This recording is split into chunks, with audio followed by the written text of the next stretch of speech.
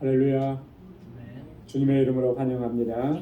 오늘 수요 찬양 예배 우리 마음과 뜻과 정성을 다해서 아버지 하나님께 영과 진리로 예배 드리겠습니다. 기도하겠습니다.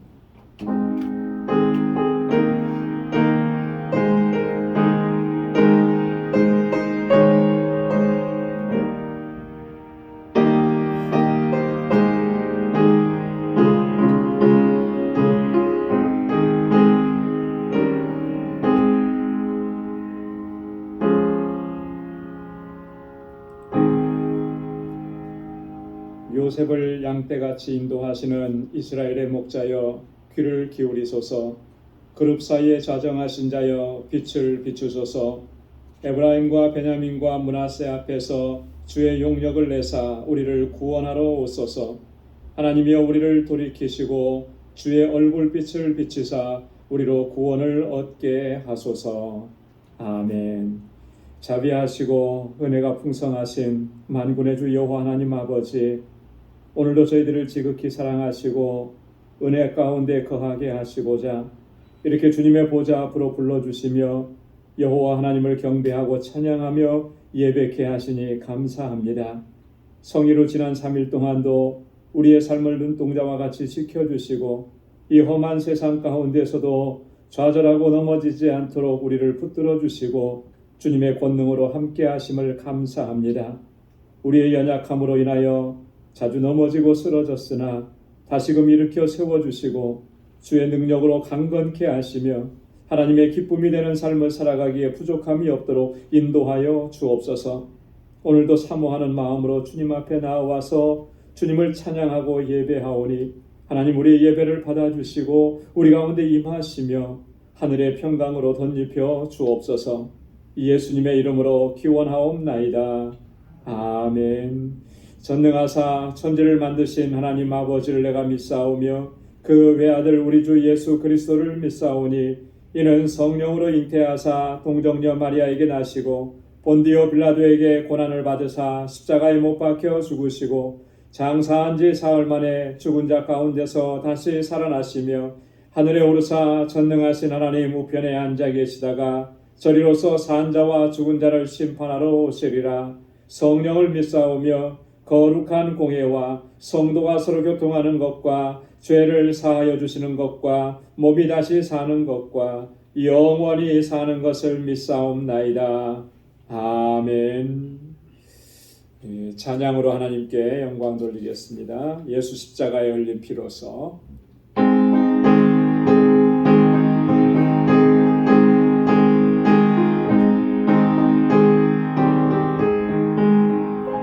예수 십자가에 흘린 피로서 그대는 씻기어 있는가. 더러운 죄 위게 하는 능력을 그대는 참으지 않은가.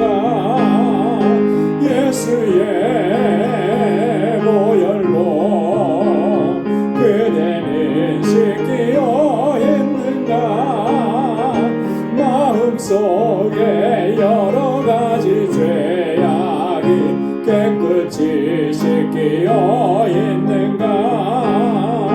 주 예수와 밤낮으로 늘 함께 그대는 행복을 하는가.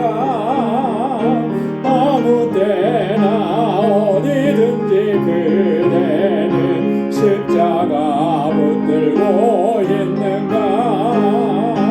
예수의 보혈로 그대는 씻기어 있는가.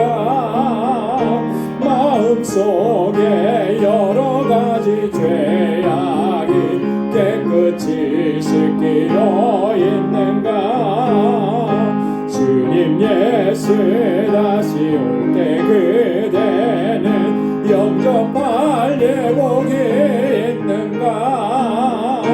그대 몸은 거룩한 곳 성전에 들어갈 준비가 됐는가. 예수의 보혈로 그대는 씻기어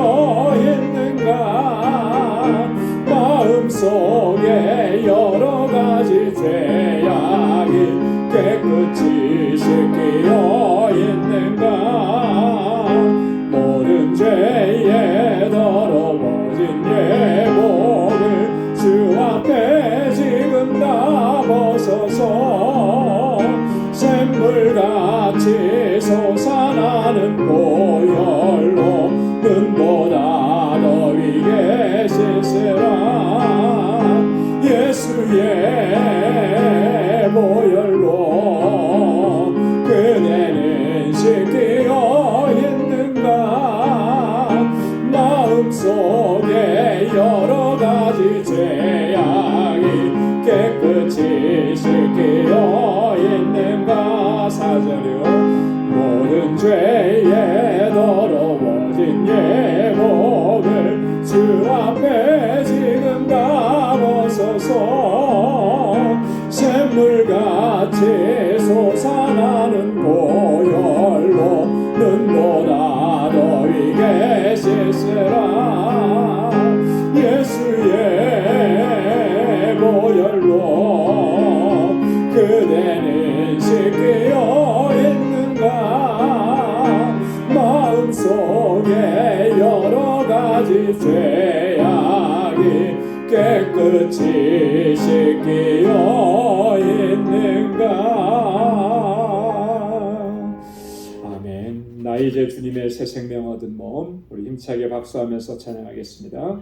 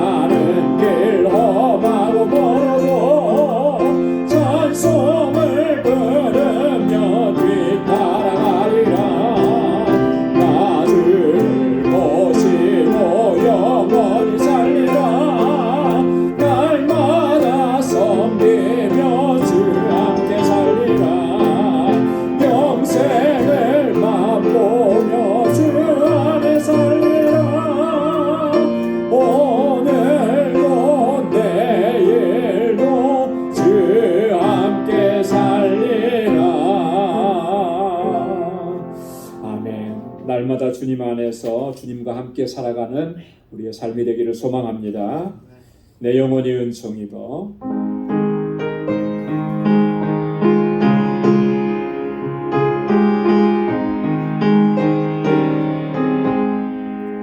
내 영혼이 은총 입어 증한 죄짐 벗고 보니 슬픔 많은 이 세상도 천국으로 나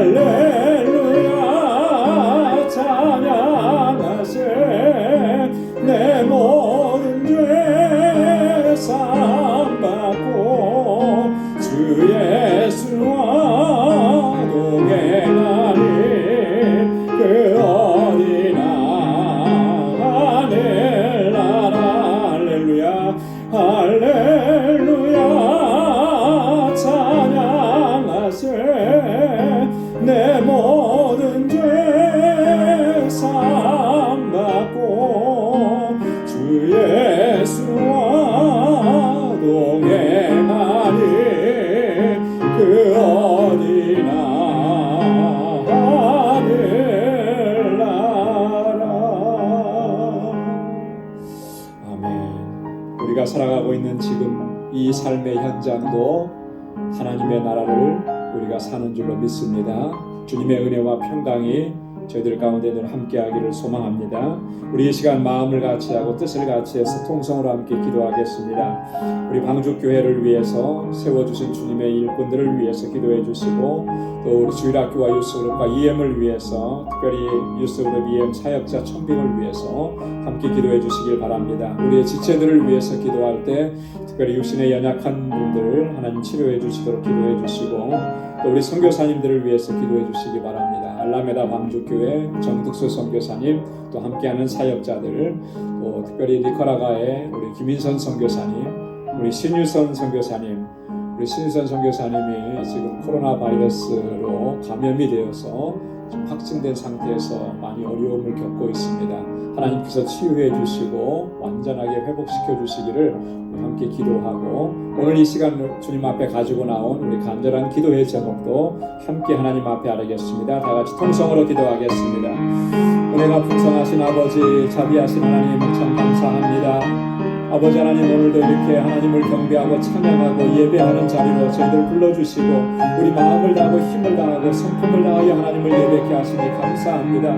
우리의 허물과 우리의 죄악을 주님 앞에 고백합니다. 아버지 하나님, 우리의 교만한 마음을 주님 앞에 내려놓습니다. 주님 용서하여 주옵소서. 주님의 자비하심으로 함께 하시고 주님 긍휼히 여겨주셔서 다시금 아버지 거룩한 하나님의 백성으로 살고 하나님의 영광을 위해서 살아가기에 부족함이 없도록 인도하여 주옵소서. 주의 성령이 아니시고는 아버지 하나님, 저희들 이 세상 이 환난과 고난의 때를 이겨나갈 수가 없습니다. 주님 불쌍히 여겨주시고 주의 긍휼과 자비를 베풀어 주셔서 아버지 하나님 넉넉히 이기고 승리하며 하나님께 영광 돌리는 삶을 살아갈 수 있도록 하나님 저희를 붙잡아 주시고 인도하여 주옵소서. 우리 방주교회를 사랑하신 아버지 세워주시고 여기까지 인도하신 주님 감사합니다. 주님의 주신 사명, 영혼 구원의 사명 잘 감당하는 이 방주 믿음의 공동체가 되게 하여 주옵시고, 우리 모든 권속들이 서로 사랑하고 아끼고 위로하고 함께 이 믿음의 여정을 달려가는 진정한 사랑의 공동체가 되게 하여 주옵소서.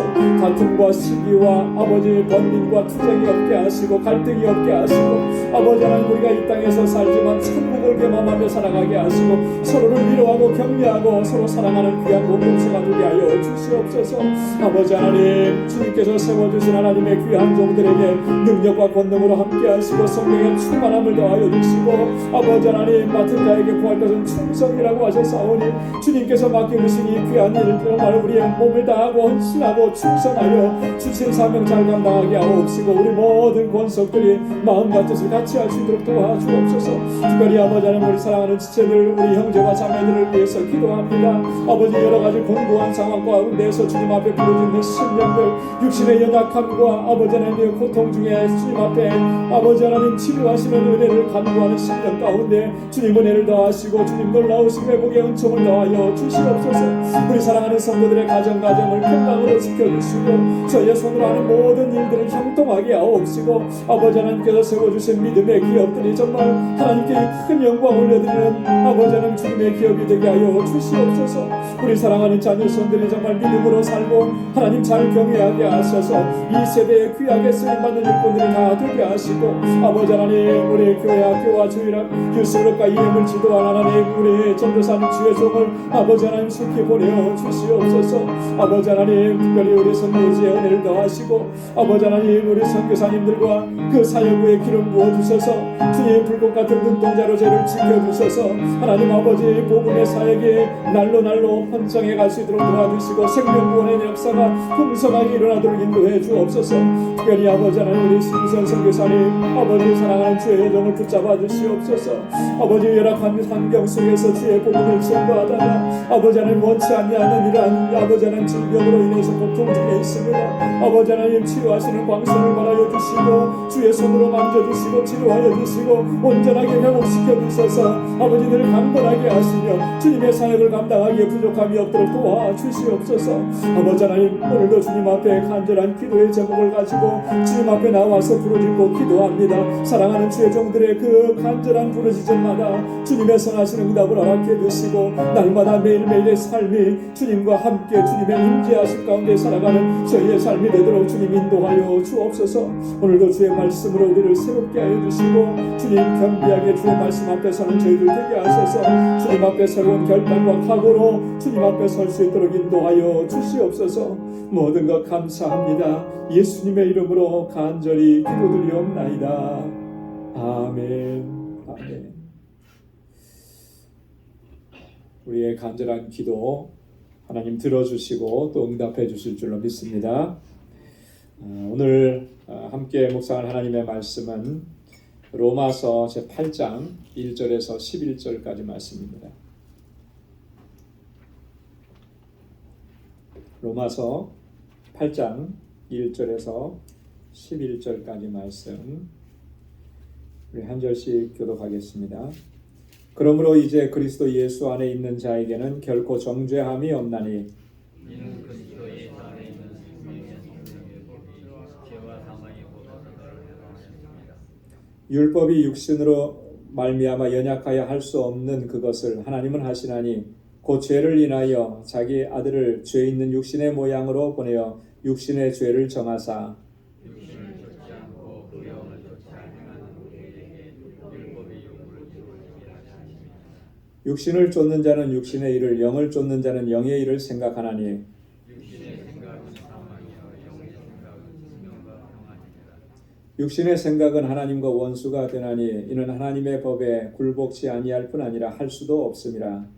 육신에 있는 자들은 하나님을 기쁘시게 할 수 없느니라. 만일 너희 속에 하나님의 영이 거하시면 너희가 육신에 있지 아니하고 영에 있나니 누구든지 그리스도의 영이 없으면 그리스도의 사람이 아니라. 또 그리스도께서 너희 안에 계시면 몸은 죄로 인하여 죽은 것이나 영은 의를 인하여 산 것이니라. 다 함께요. 예수를 죽은 자 가운데서 살리신 이의 영이 너희 안에 거하시면 그리스도 예수를 죽은 자 가운데서 살리신 이가 너희 안에 거하시는 그의 영으로 말미암아 너희 죽을 몸도 살리시리라. 아멘. 할렐루야. 할렐루야. 드디어 우리가 로마서 8장 말씀을 또 묵상하게 되었습니다. 로마서 8장은 이제 로마서 전체의 중심 부분에 위치해 있습니다. 이 로마서 8장은 굉장히 중요한 그런 장입니다. 여러분 성경을 그런 비유 들어보셨을 거예요. 성경을 반지로 이렇게 비유하면 이 로마서는 그 보석이라는 거예요. 반지가 다 중요하죠. 근데 반지 중에서도 가장 중요한 부분이 보석이 달려 있는 부분이에요. 그죠? 예를 들어서 다이아몬드 반지다 그러면 주변에 싸고 있는 이 원형 손가락에 낄 수 있는 그것도 중요하지만 거기에 있는 다이아몬드가 중요한 거죠. 그래서 이 로마서를 반지 안에 다이아몬드라 이렇게 비유를 해요. 그러면 이 로마서 8장은 그 다이아몬드 중에서도 가장 빛나는 부분이다. 다이아몬드가 뭐 전체가 다 중요한 거지만 그 중에서도 유난히 빛나는 부분들이 있어요. 그 모서리 부분에 바로 그 부분에 해당하는 것이 이 로마서 8장이다 이렇게 비유할 수 있습니다. 그러니까 로마서 8장이 얼마나 중요한 장인지를 우리가 알 수가 있죠. 그리고 이 로마서 8장은 1장에서부터 7장까지 우리가 지난주일까지 말씀을 묵상을 했는데 그 결론에 해당되는 그런 부분입니다. 그래서 굉장히 또 중요해요. 우리가 로마서를 크게 구분해 보면 세 부분으로 나눠 볼 수가 있다 그랬어요. 1장에서부터 8장까지, 또 그리고 9장에서 11장까지, 또 12장에서 마지막 16장까지. 1장에서부터 8장까지는 교리에 관한 그런 내용들이 담겨져 있습니다. 어떤 교리냐면 그 핵심적인 주제는 하나예요. 뭐죠? 이신칭의 믿음으로 말미암아 의롭다함을 얻는다. 이것을 계속 설명을 해가는 거예요. 그리고 8장에 와서 그 결론을 내려주는 것이죠. 그 다음에 9장부터 11장까지는 어떤 내용이 있냐면 하나님께서 이스라엘을 유대인들을 구원하시고자 하시는 그 하나님의 섭리에 대해서 바울이 이야기하는 것입니다. 그게 이제 중간에 들어가 있어요. 그리고 12장부터는 이 삶에 관한 부분, 12장부터 마지막까지는, 물론 마지막 끝에 16장은 동역자들에 대한 소개가 있죠. 그러니까 전반적으로 그 내용의 중심은 뭐냐면 구원받은 자의 삶이 어떠해야 되느냐, 우리의 삶이 거룩한 산 제사가 되어야 된다라고 하는 것을 이제 바울이 구체적으로 이렇게 가르쳐주고 있습니다. 그래서 이 로마서는 이렇게 세 부분으로 나눠져 있는데 오늘 이 8장은 1장에서 7장까지의 결론에 해당한다라고 하는 거죠.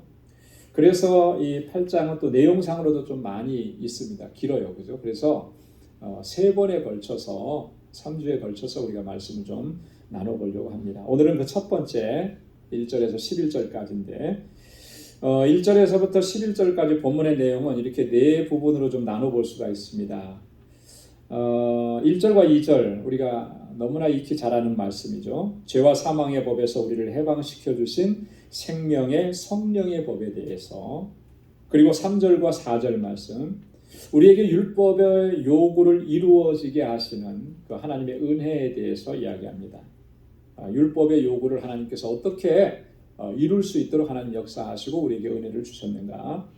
그리고 5절부터 8절까지는 두 부류의 사람들을 나누어서 대조합니다. 육신을 쫓는 자, 육신에 속한 자와 영을 쫓는 자, 영에 속한 자를 이게 어떻게 구별이 되는지를 이제 비교하고 대조하죠. 그리고 마지막 9절부터 11절까지는 우리 속에 거하시는 하나님의 영, 우리 속에 거하시는 하나님의 영이 우리 안에서 어떤 역사들을 이루셨느냐라고 하는 것을 말씀을 해줍니다. 자, 그러면 우리 첫 번째부터 한번 보도록 하겠습니다. 먼저 우리 1절과 2절 말씀을 다시 한번 우리 한 목소리로 같이 읽어보도록 하겠습니다. 시작. 그러므로 이제 그리스도 예수 안에 있는 자에게는 결코 정죄함이 없나니 이는 그리스도 예수 안에 있는 생명의 성령의 법이 죄와 사망의 법에서 너를 해방하였음이라. 아멘. 여러분, 이 로마서 8장 1절로 2절 말씀은 우리가 다 암송해야 돼요, 사실. 여러분 다 암송하고 계시죠? 예, 다 저 앞에를 봐주시고요. 암송하시죠, 그죠? 우리가 성경 암송 대회 같은 걸 하면 항상 단골로 이 부분을 암송하도록 그렇게 했는데, 여러분 이 암송할 뿐만 아니라 요 1절과 2절에 있는 말씀을 여러분 조용히 날마다 묵상해 보십시오. 얼마나 이게 우리에게 큰 은혜인가. 예?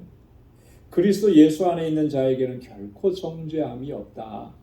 정죄함이 없다라고 하는 말이 무슨 말인가? 그게 얼마나 큰 은혜인가? 그리스도 예수 안에 있는 생명의 성령의 법이 죄와 사망의 법에서 너를 해방하였다. 우리를 해방시켜 주셨다라고 하는데 어디로부터 해방된 것인가? 그 해방이라고 하는 것이 얼마나 놀라운 축복인가라고 하는 것. 여러분 이런 부분들을 우리가 깊이 묵상하면 정말 나를 향하신 하나님의 역사 또 섭리하심 그런 것들이 얼마나 놀라운지를 우리가 다시 한번 감격 속에서 되새길 수가 있게 되는 거예요. 그리스도 예수 안에 있는 자에게는 결코 정죄함이 없다 그랬습니다. 그리스도 예수 안에 있는 자에게. 여러분 그리스도 예수 안에 있는 자라고 하는 것은 한마디로 말하면 예수 믿는 자를 얘기하는 거죠. 성도를 얘기하는 것입니다. 그래서 공동 번역에서는 뭐라고 얘기하냐면 그리스도 예수와 함께 사는 사람들이라 그랬어요. 그리스도 예수와 함께 사는 거예요. 내 마음대로, 내 생각대로, 내 의지대로, 내 욕망대로 살아가는 것이 아니라 예수와 함께 사는 것입니다. 그러니까 이 말 속에는 우리 성도와 우리 나 자신과 예수 그리스도가 연합되어 있고 일치되어 있다라고 하는, 하나 되어 있다라고 하는 사실을 강조해 주는 것이죠. 여러분 주님과 하나됨을 여러분 인식하고 살아가십니까? 주님과 하나이십니까? 주님 안에 거하십니까? 여러분 우리는요 예수 그리스도를 믿으면 그 믿음 안에서 우리는 주님과 하나인 거예요. 주님과 함께, 주님과 동행하고. 예수님께서 요한복음 10장에서 포도나무의 비유를 말씀하시면서 뭐라고 말씀하셨어요? 내가 너 안에, 너희가 내 안에. 그죠? 주님이 우리 안에 거하시고 우리는 또 주님 안에 거한다 그랬잖아요. 주님의 말씀 안에 거한다. 그래서 우리가 열매를 풍성하게 맺는다 그랬어요. 그죠? 그리스도 안에 있다라고 하는 거, 예수 안에 있다라고 하는 것은 그런 의미입니다. 주님이 내 안에 거하시고 나는 주님 안에 거하시고 연합되어 있고 일치되어 있는 거예요. 그래서 성도는 그리스도 안에서 살아가고 그리스도를 본받아서 살아가게 되는 것이고 그리스도와 합일되어서 살아가는, 하나 되어서. 그러니까 내가 생각하는 것이 내 생각이 아니에요. 내 욕망, 내 야망을 쫓는 삶이 아니라 내 안에 거하시는 주님의 생각을 따라서 살아가는 거죠. 그게 바로 그리스도인이라는, 예수 안에 있다라고 하는 그런 의미입니다. 자, 이렇게 그리스도 예수 안에 있는 사람에게는 뭐가 없다 그랬습니까? 정죄함이 없다 그랬어요. 정죄함. 자, 정죄함이 없는데 그 앞에 뭐 단어가 하나 더 붙었죠? 결코예요. 결코. 네. 다시는 정죄함을 받지 않는다라고 하는, 단연코, never, 결코 정죄함이 없다. 여러분, 정죄함이라고 하는 것은 어떤 것을 정죄라고 합니까? 유죄 판결을 내리는 것을 정죄라고 해서, 그죠? 유죄 판결을 내리고 그에 따르는 형벌이 있는 것을 정죄라고 얘기합니다. 여러분 한번 생각해 보십시오. 하나님께서 우리에게 유죄 판결을 내리시면 그건 곧 뭐를 의미하는 거예요? 그건 사망을 의미하는 거죠. 그죠? 죽음을 의미하는 거예요. 영원한 형벌을 의미하는 것입니다. 여러분, 율법에 대해서 우리가 앞에서 쭉 얘기를 했습니다만 율법은 어떤 기능이 있다고 그랬어요? 우리를 정죄한다고 그랬어요. 정죄. 율법에 대면해서 우리가 그 앞에 서면 우리는 율법을 지키지 못했기 때문에 율법 앞에 서면 우리는 범죄한 사람들이, 죄인이 되는 거예요. 그 율법은 끊임없이 우리를 정죄하지만 예수 그리스도를 믿는 자들은 그렇지 않은 거예요.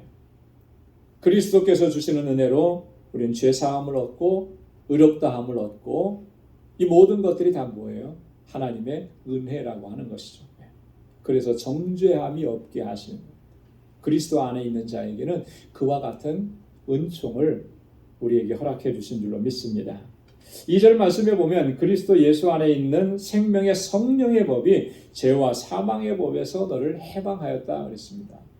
우리를 해방시켜 주신 거예요. 죄와 사망의 법에서. 우리는 거기에 묶여 있었던 자들입니다. 그런데 그리스도 예수 안에 있는 생명의 성령의 법. 여러분, 그리스도 예수 안에 있는 생명의 성령의 법이라는 것이 구체적으로 뭘 얘기하는 것이겠습니까? 예수 그리스도께서 우리를 위해서 성취하신 구속의 사역을 의미하는 거예요. 예수님께서 구속의 사역을 완성하셨기 때문에 우리 안에 생명이 주어진 것이죠. 그리스도 예수의 구속의 사역에 의거해서 그리스도를 믿고 우리가 거듭나게 하시고 영원한 생명을 얻게 하시는 그 성령의 사역으로 말미암아 우리가 새로운 생명을 얻고 자유함을 얻고 해방을 얻게 됩니다. 여러분, 죄와 사망의 법은 우리를 멸망으로 이끌어가는 거죠. 죄라고 하는 것은 우리를 영원한 멸망으로 이끌어갑니다. 그래서 로마서 5장 12절에서 바울이 이미 그런 선언을 했습니다. 한 사람으로 말미암아 죄가 세상에 들어왔고 그 죄로 말미암아 뭐가 왔다고요? 사망이 왔고, 그래서 모든 사람이 죄를 지었고, 여기에는 한 사람도 예외가 없는 거예요. 우리 모두가 다 이 땅에 참 축복을 받으면서 태어나긴 하죠. 한 생명이 태어났을 때 집안에 얼마나 큰 축복입니까?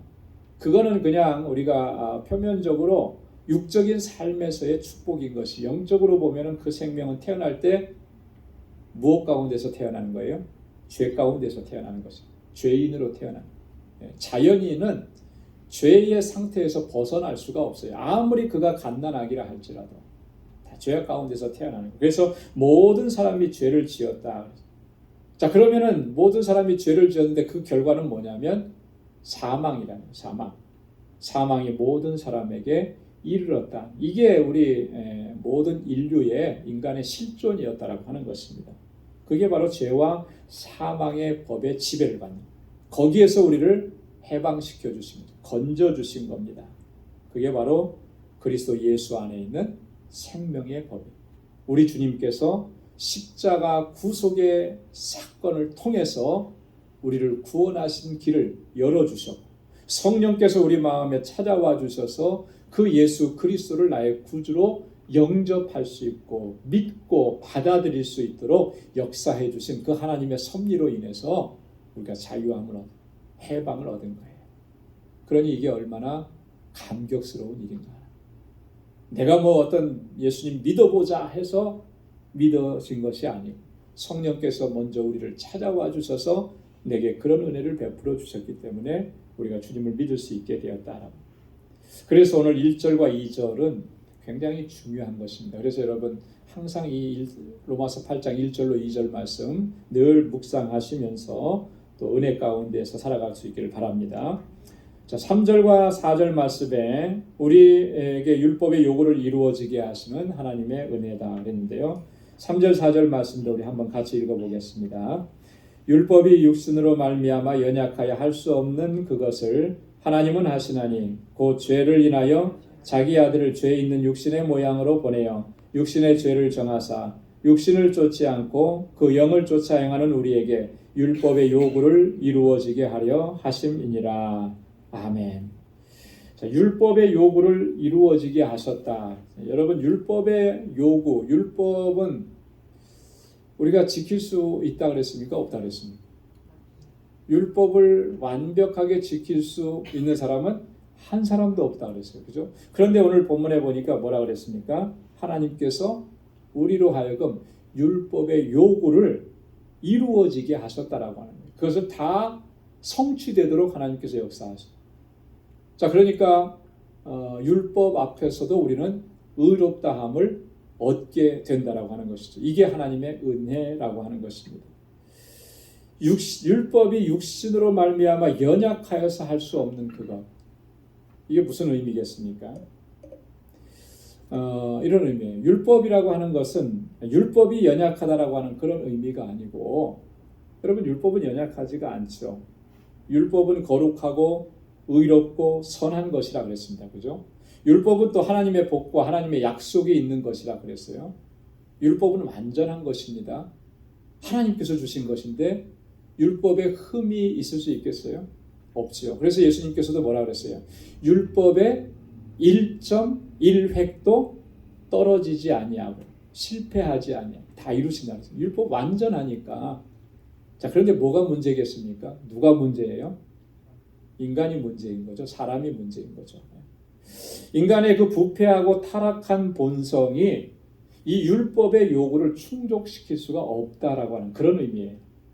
율법이 육신으로 말미암아 연약하여서 할 수 없는 것, 그것은 바로 이런 의미라는 거죠. 인간의 타락한 본성 때문에 우리 연약함과 부족함, 불의함 때문에 이 율법의 요구, 율법에 대한 전적인 순종, 이것을 충족시킬 수가 없다라고 하는 그거예요.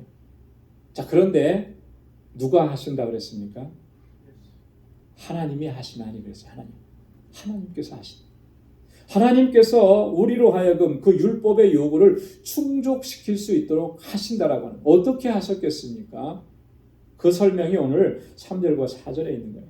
3절 하반절에 보니까 하나님께서 우리로 하여금 율법의 요구를 충족시킬 수 있도록 하시기 위해서 하나님께서 계획하시고 또 실행하신 일이 뭐냐면 자기 아들을 죄 있는 육신의 모양으로 보내서 육신의 죄를 정하셨다.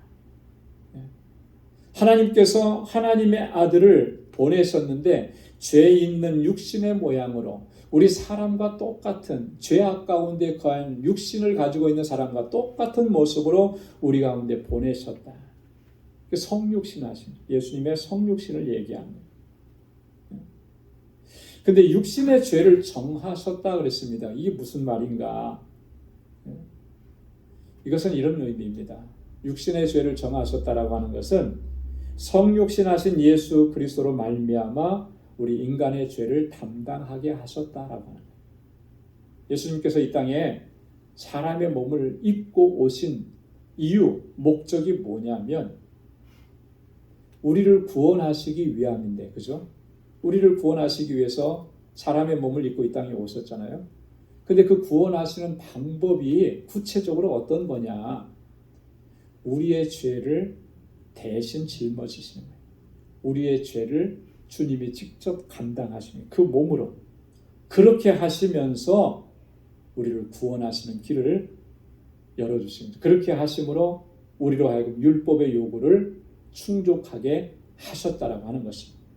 여러분, 이미 이사야 선지자를 통해서 하나님의 이런 계획을 예언을 하시고 말씀을 해주셨잖아요. 이사야 53장 4절 말씀에 보면 그는 실로 우리의 질고를 지고 우리의 슬픔을 당하였거늘 우리는 생각하기를 그는 징벌을 받아서 하나님에게 맞으며 고난을 당한다 하였노라. 여기서 말하는 그는 누구예요? 메시아이신 예수 그리스도죠. 그죠? 그가 누구의 질고를 졌다 그랬어요? 우리의 질고, 나의 질고를 진 거예요. 누구의 슬픔을, 누구의 고통을 당하셨다 그랬습니까? 내가 고통을 당해야 되는 거, 우리의 고통을 당하신 거예요. 친히. 그런데도 우리는 뭐라고 생각하냐면 그가 징벌을 받았다. 그가 잘못했으니까 하나님 앞에 징벌을 받은 것이지. 어리석은 인간들이 그렇게 생각을 했다라고 하는 거예요. 자, 이사야 53장 6절에도 보면 우리는 다 양 같아서 그릇 행하여 각기 제 길로 갔거늘 여호와께서는 우리 무리의 죄악을 그에게 담당시키셨도다. 우리의 죄악을 누구에게 담당시키셨다고요? 그에게, 메시아이신 예수 그리스도 우리 주님께 담당시키셨다. 자, 육신의 죄를 정하셨다라고 하는 것은 바로 이런 의미라고 하는 것이죠. 그래서 4절 말씀에 보면 육신을 쫓지 않고 그 영을 쫓아 행하는 우리에게 율법의 요구를 이루어지게 하려 하심이라. 자, 율법이 요구하시는 것을 이루어지게 하시는데 그게 어떤 사람에게? 육신을 쫓지 않고 그 영을 쫓아서 행하는 사람들에게. 여러분, 율법의 요구는 어떠한 것이겠습니까? 궁극적으로 율법이 요구하는 게 뭐예요? 하나님의 법에 순종함으로써 우리가 어떻게 살아가라는 거예요? 거룩하고 의로운 하나님의 백성답게 살아가라고 하는 그것이 율법의 요구잖아요. 근데 이 율법의 요구를 이룰 수 있는 길이 뭐냐면 우리가 성령을 쫓아서 하나님의 영을 쫓아서 살아가는 거예요. 하나님의 영을 쫓는다, 성령을 쫓는다라고 하는 말은 성령의 인도하심을 구하면서 전적으로 순종하는 삶을 살아가는 것을 의미하는 거예요. 이렇게 성령의 인도하심을 구하면서 성령의 뜻을 쫓아서 살아가는 삶 속에 하나님께서는 율법에 요구하는 것들을 다 이루어지도록 역사하셨다라고. 그래서 갈라디아서 5장 16절에서 바울이 뭐라고 우리에게 권고하냐면 너희는 성령을 쫓아 행하라 그랬습니다. 여러분 한번 따라서 해보시기 바랍니다. 성령을 쫓아 행하라. 성령을 쫓아 행하라. 자, 그러면 뭘 이루지 아니한다 그랬어요? 육체의 욕심을 이루지 않는다. 육체의 성령을 쫓아 행하면 그 자체가 율법의 요구를 다 이루는 거예요. 성령을 쫓아 행하면 육신의 정욕을 쫓아 사는 삶을 더 이상 살지 않게 되는 것이죠. 우리 안에서 육체의 욕심을 쫓고 정욕적인 삶이 자꾸 드러나는 것은 뭐냐면 우리가 성령을 쫓아서 살지 않기 때문에 성령의 충만함 가운데 살아가려고 몸부림치지 않기 때문에 우리 안에서 자꾸 육적인 욕망들이 자꾸 드러나는 것입니다. 성령을 쫓아 살아야 돼요. 성령의 인도하심을 구하고 성령의 이끄심대로 순종하면서 살아가는 우리 모두가 되기를 소망합니다. 자, 그 다음에 이제 5절부터 8절까지는 육신을 쫓는 자와 영을 쫓는 자를 대조해서 말씀을 해주는데 5절부터 8절까지 한번 우리 한 목소리로 같이 한번 이 말씀도 봉독해 보겠습니다. 시작. 육신을 쫓는 자는 육신의 일을, 영을 쫓는 자는 영의 일을 생각하나니 육신의 생각은 사망이요 영의 생각은 생명과 평안이니라. 육신의 생각은 하나님과 원수가 되나니 이는 하나님의 법에 굴복치 아니할 뿐 아니라 할 수도 없음이라. 육신에 있는 자들은 하나님을 기쁘시게 할 수 없느니라. 아멘. 자, 육신을 쫓는 자, 영을 쫓는 자 이렇게 대조해서 말씀을 하죠. 자, 먼저 육신을 쫓는 자는 어떤 사람들인가? 육신의 생각, 또 육신에 있는 자, 이게 다 같은 의미입니다. 5절 말씀에 보면 육신을 쫓는 자는 육신의 일만을 생각한다라고 하는 거예요. 육신을 쫓는다라고 하는 말의 의미는 이런 겁니다. 부패한 또 그리고 타락한 인간의 본성을 쫓아가는 그런 사람들을 얘기합니다. 부패하고 타락한 본성을 추구해 나가는 사람, 이런 사람을 육신을 쫓는 자라고. 좀 더 이것을 구체적으로 얘기하면 요한일서 2장 16절에서 사도 요한은 뭐라 그랬냐면 육신의 정욕과 안목의 정욕 그리고 이생의 자랑을 위해서 살아가는 자들이다, 이렇게 설명을 했습니다. 여러분, 육신의 일이라는 건 뭐겠습니까? 육신의 일이라고 하는 것은 결국에는요, 사망에 이르게 하는 각종 죄악된 행위들을 얘기하는 거예요. 이게 다 육신의 일이라는 거예요. 좀 더 구체적으로 얘기하면 갈라디아서 5장 19절에서 21절에 바울이 아주 구체적으로 조목조목 얘기를 했습니다. 육체의 일은 현저하니 그랬어요. 육체의 일은 분명하다라고 하는, 육체의 일은 뚜렷하게 나타난다라고 하는. 그게 뭐냐? 곧 음행과 더러운 것과 호색과 우상숭배와 술수와 원수를 맺는 것과 분쟁과 시기와 분냄과 당짓는 것과 불리함과 이단과 투기와 술취함과 방탕함과 또 그와 같은 것들이라. 이런 일을 하는 자들은 무엇을 유업으로 받지 못한다고요? 하나님의 나라를 유업으로 받지 못하느니라. 여러분, 육체의 일은 현저하다라고 하면서 구체적으로 바울이 이렇게 얘기합니다. 우리가 로마서를 처음 시작할 때 로마서 1장에서도 바울이 한 번 더 이 얘기를 한 적이 있습니다. 그래서 여러분 참고로 로마서 1장 28절로 32절 나중에 한번 돌아가서 한번 읽어보십시오. 얼마나 이 육체의 일에 대해서 구체적으로 바울이 언급하고 있는지. 육신을 쫓는 자는 이런 일들만 행하는 거예요. 만약에 그래서 내가 내 안에 이런 모습이 드러나고 있다라고 하면 내가 지금 성령을 쫓아 사는 것이 아니고 육체를 쫓아서 사는 모습이라고 하는 거예요. 돌이켜야 하는 것이죠. 왜 돌이켜야 하는가? 6절 말씀에 보면 육신의 생각은 뭐이기 때문에요? 사망이기 때문에요. 사망. 육신의 생각은 죽음이라는 거예요. 사망. 이 사망이라는 것은 성경은 어떻게 설명할 수 있다고 그랬습니까? 사망은 하나님과의 관계가 단절된 것을 의미합니다. 하나님과의 관계가. 여러분, 하나님과의 관계가 단절되면 뭐가 기다리고 있겠습니까? 하나님의 심판이 기다리고 있는 거죠. 하나님의 심판이 기다리고 있기 때문에 그 자체가 이미 사망이라는 거예요. 그래서 우리가 하나님과의 관계가 어떻게 맺어져 있고 그 관계 안에서 우리가 살아가고 있는지는 우리가 살펴볼 수가 있습니다. 내가 정말 성령의 인도하심을 따라 살아가고 있느냐, 아니면 내 안에 오늘 바울이 이야기하고 있는 이런 육체의 일들을 행하고 있느냐, 아무렇지도 않게. 이것을 보면 우리가 알 수가 있습니다. 자, 이 육신의 생각은 그 다음에 7절에 보니까 하나님과 원수가 된다 그랬어요. 하나님과 원수예요.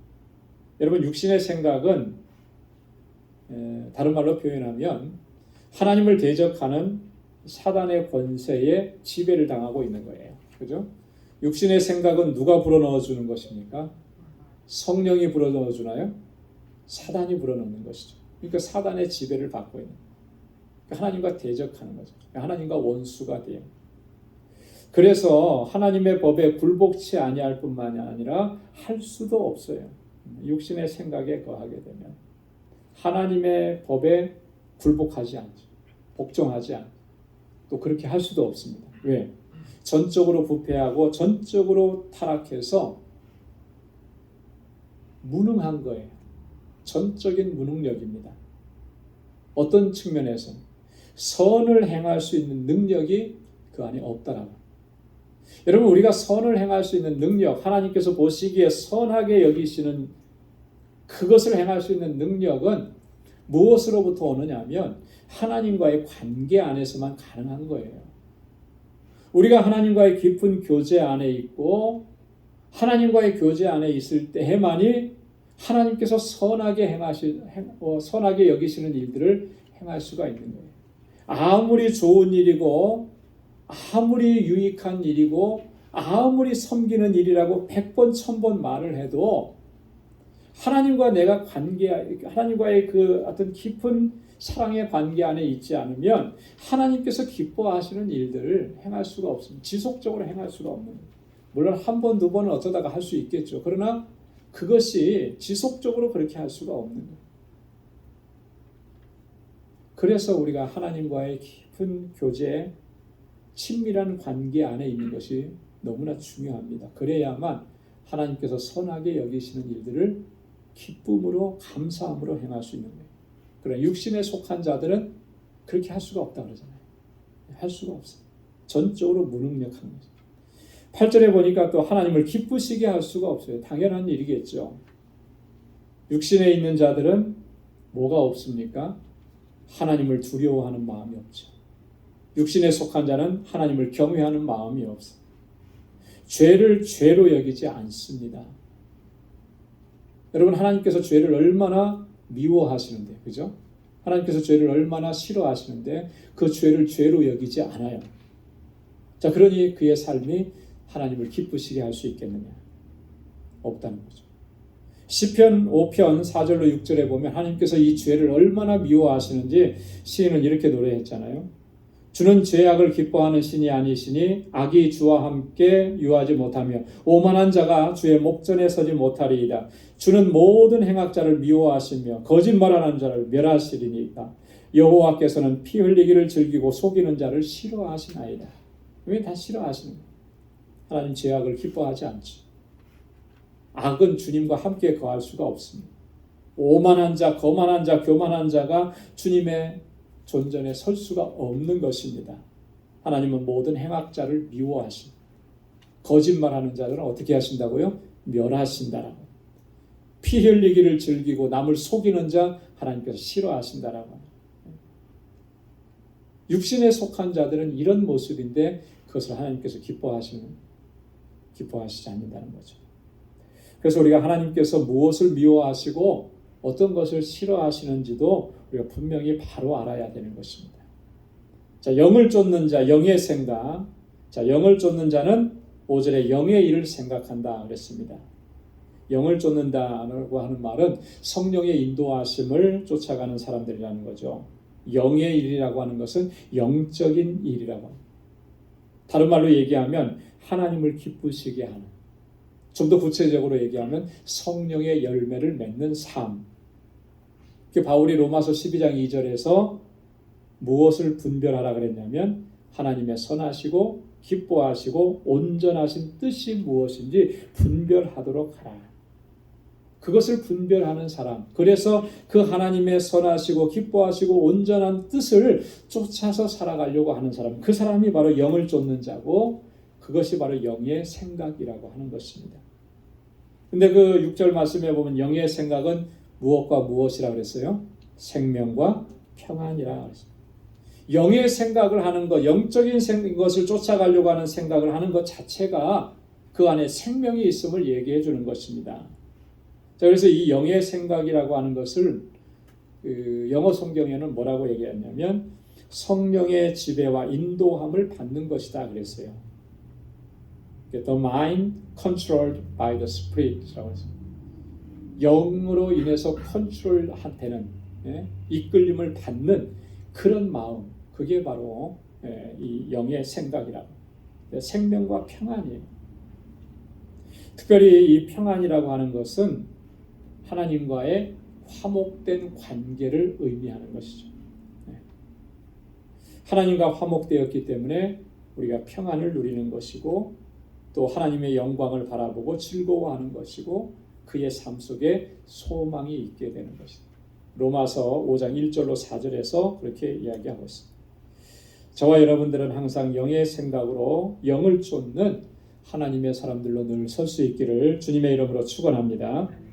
그 다음에 9절부터 11절까지 우리 속에 거하시는 하나님의 영, 그리스도의 영에 대해서 자, 우리 9절부터 11절까지도 한번 같이 읽어보도록 하겠습니다. 시작.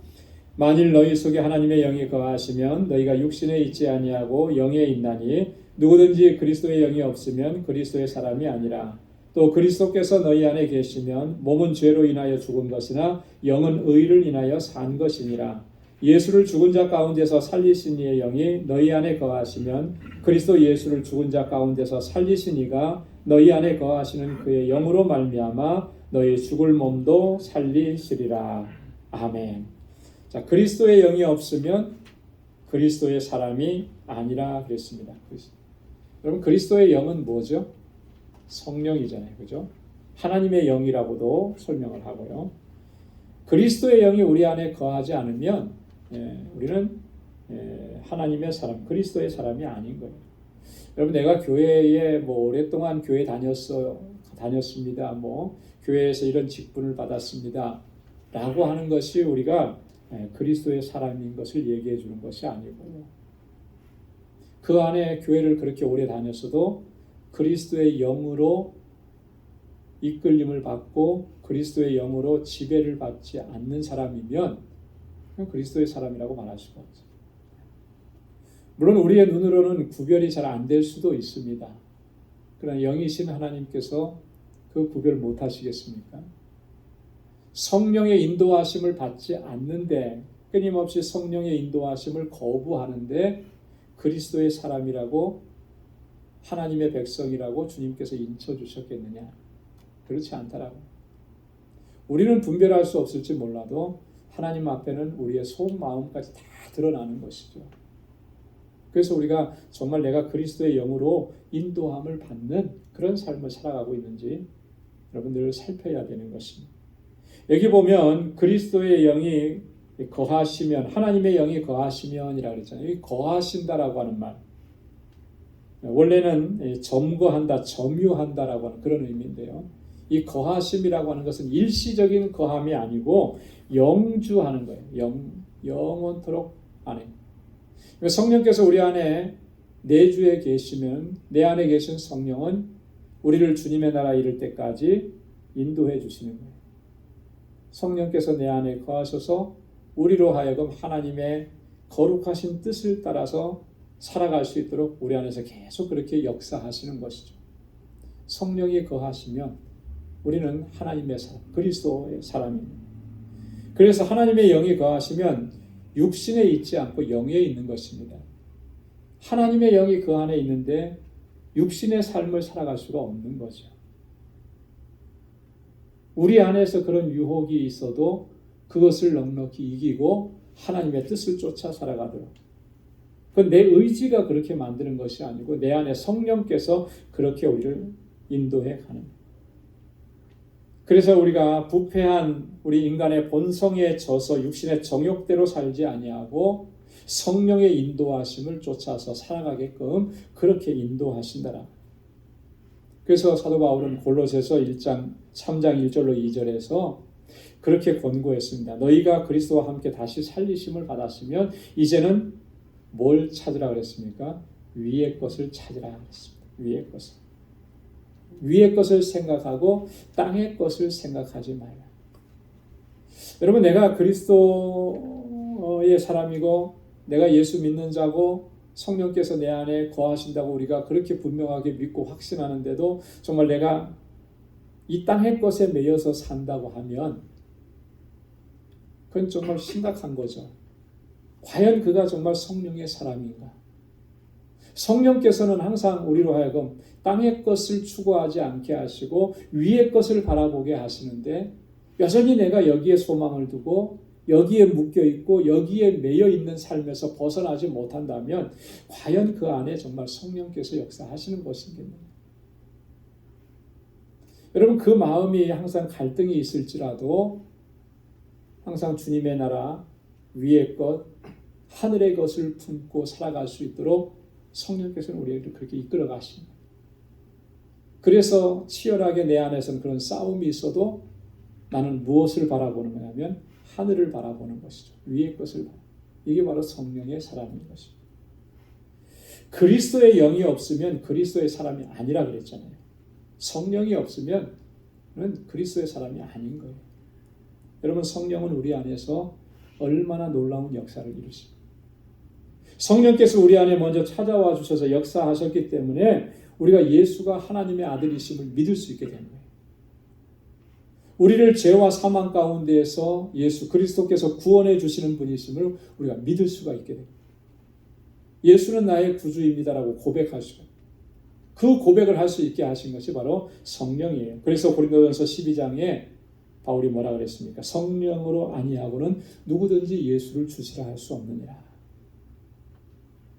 성령은 또 우리 안에서 어떤 역사를 이루시냐면 우리의 연약함을 도우시고 우리를 위해서 친히 간구하시는 분. 여러분 우리가 예수님을 나의 구주로 영접했어도 육신에 속한 자이기 때문에 육신을 입고 있는 자이기 때문에 연약해서 또 실패하고 또 하나님의 뜻대로 순종하지 못하고 이럴 때도 많이 있습니다. 그렇죠? 어떤 큰 고난과 환난에 막 부딪혔을 때 그때 좌절하기도 하고 그래요. 그럴 때마다 내 안에 계신 성령께서 내가 얼마나 연약한지를 아시기 때문에 나를 다시 붙잡아 주시고 도와주시고 내가 정말 목소리 한 목소리도 낼 수 없을 만큼 지쳐 있는데 나를 위해서 성령께서 친히 간구해 주신다. 로마서 8장 26절에 바울이 이 사실을 우리에게 또 증거합니다. 성령께서는 우리들로 하여금요 끊임없이 주님의 뜻대로 행할 수 있도록 우리를 가르쳐 주시는 거예요. 우리 안에서 주님의 말씀이 생각나도록 하시고 주님의 말씀대로 순종하면서 살아갈 수 있도록 우리를 이끌어 주시는 것이 바로 누가 하시는 것이냐면 성령이 하십니다. 그래서 요한복음 14장 26절에 성령께서 오시면 그가 너희에게 모든 것을 가르치시고 내가 너희에게 말한 모든 것을 생각나게 하시리라. 주님의 말씀이 생각나게 하시고 그 말씀대로 순종하면서 살겠노라고 결단하게 하시는 것이 성령의 역사입니다. 여러분 이런 성령이 계시기 때문에 그래서 성령께서 우리 안에서 그런 역사를 이루시기 때문에 우리가 그리스도의 사람이 되는 거죠. 이 성령이 계시지 않는다면 그 사람은 그리스도의 사람이 아닌 것이야. 자, 10절에 보면은 또 성령이 우리 안에 거하시면 몸은 죄로 인해서 죽은 것이나 영은 의를 인해서 산 것이라 그랬습니다. 몸이라고 하는 것은 단순하게 이런 육체만을 의미하는 것이 아니고 우리의 부패한 심령까지를 다 얘기하는 거예요.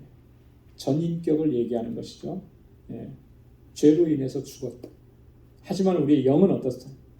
우리의 영은 의를 인해서 산.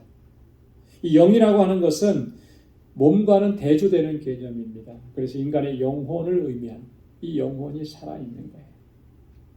이 영혼이 살아있기 때문에 날마다 매일매일의 삶이 하나님과 교제하는 삶이 되는 것이죠.